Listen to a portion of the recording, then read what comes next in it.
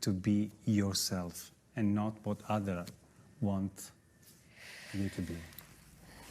Well, by not being accepted, because rejection is what makes you grow, and resistance and being told no and having the door slammed in your face is what makes you push back and say, I will, I can, I'll show you. So if everyone's always opening the door for you and telling you that you're beautiful and you're wonderful and you're perfect and you're a genius or whatever, what do you have to strive for?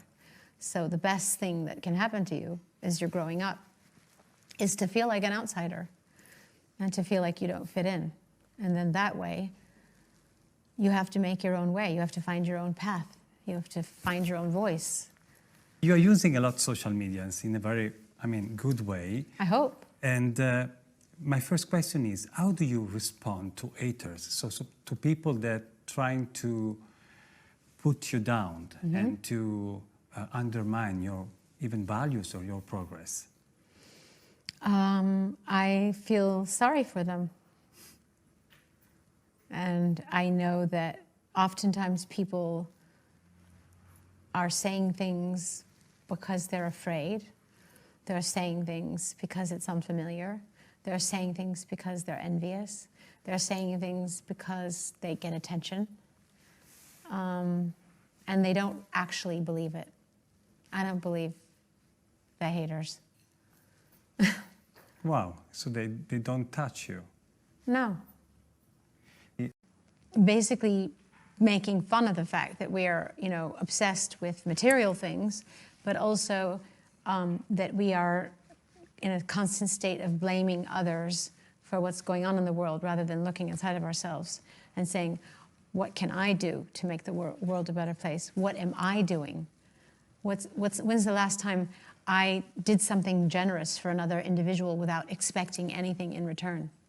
That nowadays, women, which are gaining a new role and even a new standards of beauty, more free, without stereotype, but at the same time, a kind of misogyny is still present in our world. Right, because, right, so I understand what you're saying. So it looks like the paradox is that women seem more free to sexualize or objectify themselves the way that they want to, but it seems like what they're actually doing is trying to please men.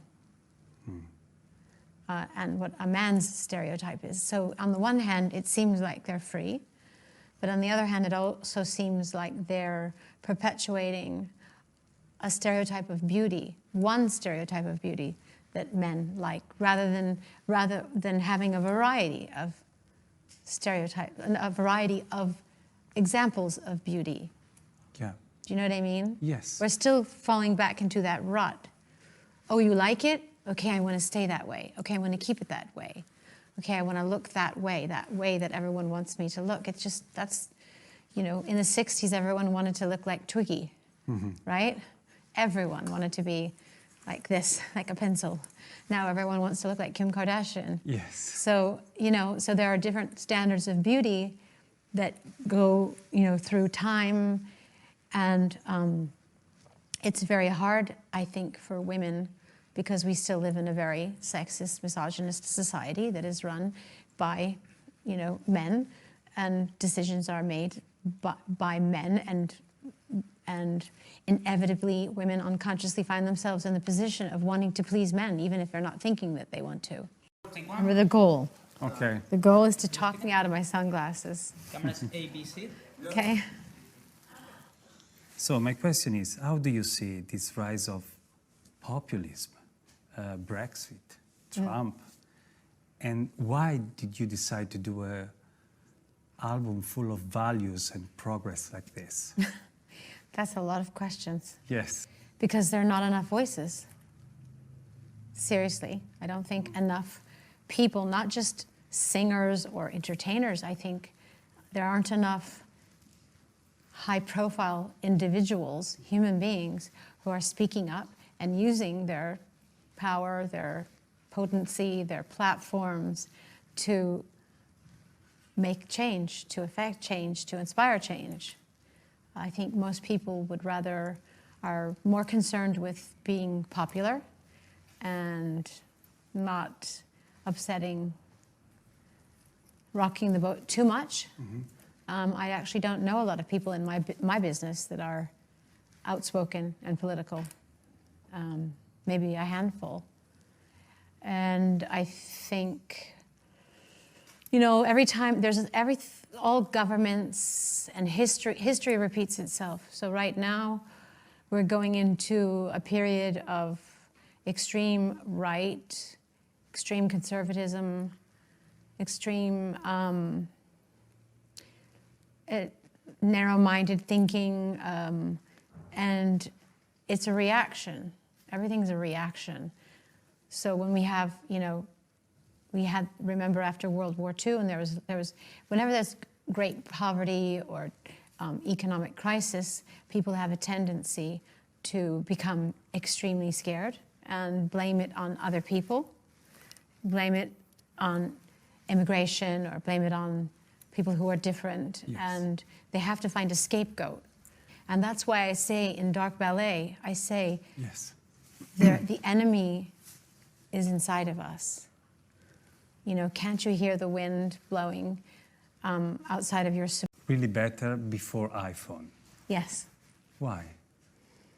Because people talk to each other, and because you could walk into a room full of people and everyone's looking into each other's eyes at the dinner table, in a room, at a party. Now you go out and everyone's looking at their phone and not talking to each other.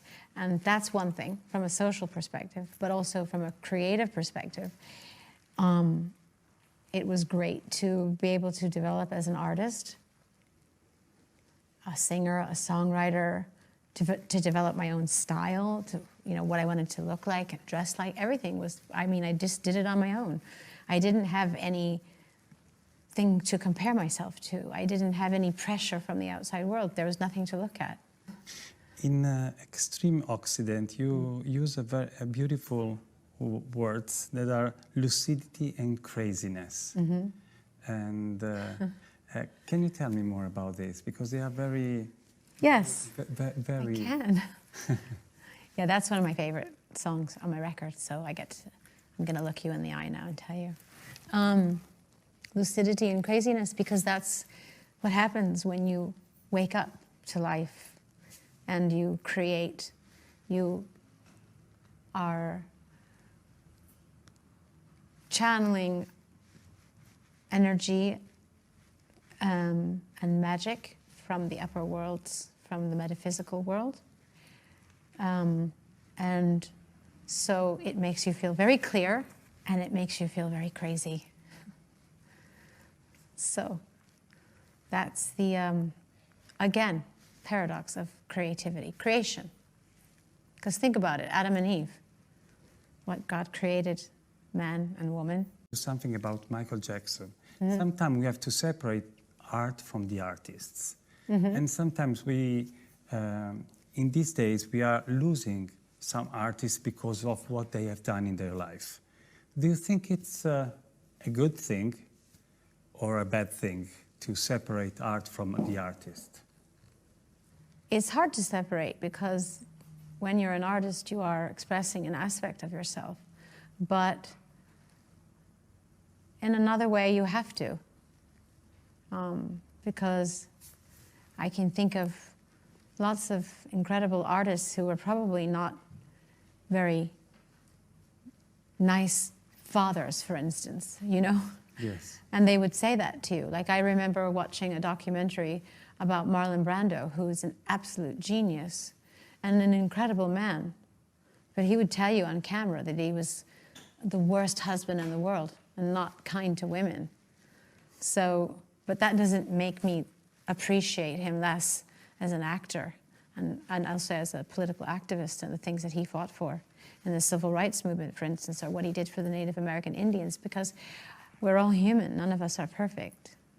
I just want to say that in this very dark period, and it's quite dark. The Middle Ages that we're slipping back into? Yes, a kind Yes. of. Your new Where album, people don't write anymore or read? yes. Yeah. Your album seems really a ray of light, and it's very courageous. Thank you. It's really, really very courageous. So, and I think that these kind of values are really important, and to raise your voice, and your voice has a relevance, it's really, really important. Thank you. So